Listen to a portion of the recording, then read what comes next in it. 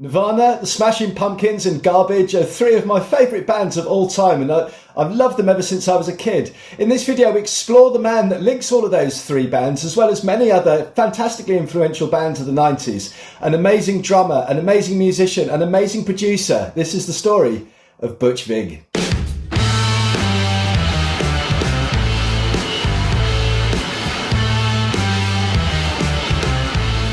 Brian David Vig was born to Dr. DeVerne and Betty Vig, a music teacher in Viroqua, Wisconsin on August the 2nd, 1955. Nicknamed Butch thanks to the extreme crew cut his dad used to give him at school, Brian's early life was changed forever when seeing The Who perform live and promptly swapped the piano he'd been studying for the last 6 years for a $60 second-hand drum kit. Butch Vig enrolled at the University of Wisconsin in Madison to study film direction in 1974, and it was on this course that he would meet guitarist Steve Marker, who played with the popular Madison band Spooner, and Vig would eventually join this lineup as the drummer. The band also included keyboardist and vocalist Doug Erickson, and it was with Marker and Erickson that Vig would go on to form indie rock band Garbage in 1993. We'll come back to them later. But first we have to go back in time a bit, because Garbage wasn't formed until 1993, and it was formed from the now defunct Smart Studios on Madison's East Side. And it was Smart Studios which was the catalyst for Butch Vig's connections to the other albums in this video. Set up in 1983 while still playing drums with Spooner at night and driving a cab during the day to make ends meet, Smart Studios was the vehicle that Butch Vig and Steve Marker used to produce their records, which they were putting out on their own label, Boat Records. So when Spooner started to lose momentum, Butch Vig actually started a side project with Erics again, but this time also with Phil Davis. It was called Firetown, and it actually did end up getting signed to Atlantic Records.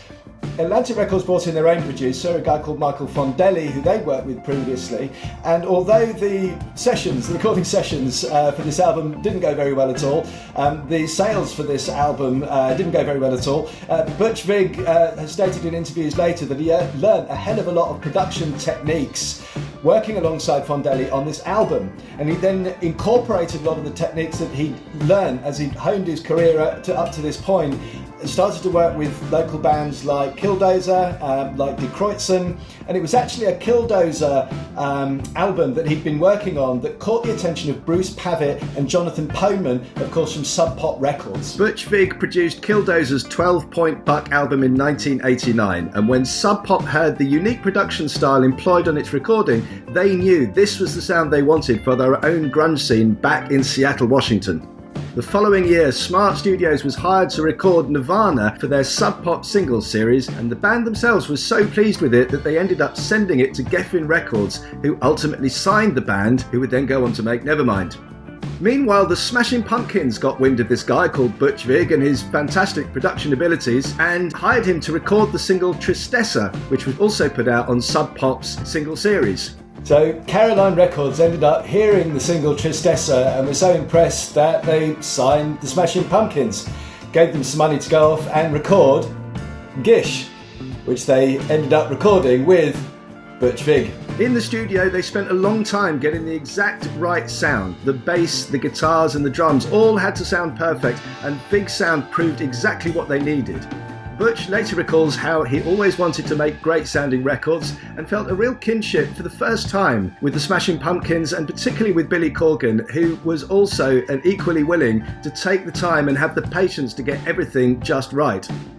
Having been signed to Geffen, Kurt Cobain had said that he wanted Butch to produce Nevermind, but Geffen had said no, stating they wanted to use someone with more experience and a producer they'd worked with in the past. But they ended up getting a guy who was unavailable, and Vig got the call. Billy Corgan was sat next to him when he got the news that Nevermind had gone to number 1. Thanks to the success of the Smashing Pumpkins and Nirvana, Smart Studios had become ground zero, and this underground indie record producer had suddenly become the hottest producer in the world, going on to produce incredible records for bands like Sonic Youth and L7. By 1993, the studio had been redesigned and modernised, and due to the fashion at the time, a lot of artists were requesting remixes as a way to stay relevant in the charts. The new studio was perfect for this and marked a transition from it being simply a place to record bands, but actually using it to chop up and rebuild tracks from the ground up. And this was the catalyst for the band Garbage. With fellow Smart Studio partners and bandmates from Spooner, Steve Marker and Doug Duke Erickson, they decided to form a new band, and a year later, when Erickson saw Scottish singer Shirley Manson on MTV with her band Angelfish, he persuaded Vig and Marker to audition her to be the vocalist for Garbage. And Garbage for me was where it started with Butch Vig. So I remember when this one came out, Stupid Girl and I'm Only Happy When It Rains were absolutely everywhere. They were massive, massive singles, and I absolutely adored them. And then when Garbage 2.0 came out, and you've got When I Grow Up, and I Think I'm Paranoid, and they were just such amazing songs. All these albums, they're absolutely brilliant. And I had no idea, because at the time I was also, heavily into Nirvana, and back then I didn't know that there was a connection between Butch Vig and Nirvana, and Butch Vig and Garbage. So of course, after Butch produced Gish for make sure I got that the right way up, for the Smashing Pumpkins, they went up to do Siamese Dream, their second album.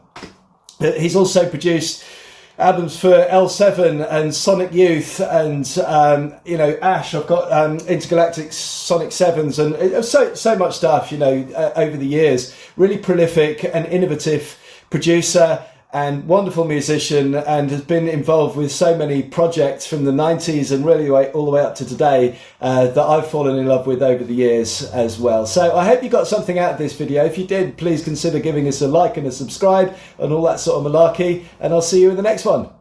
Cheers.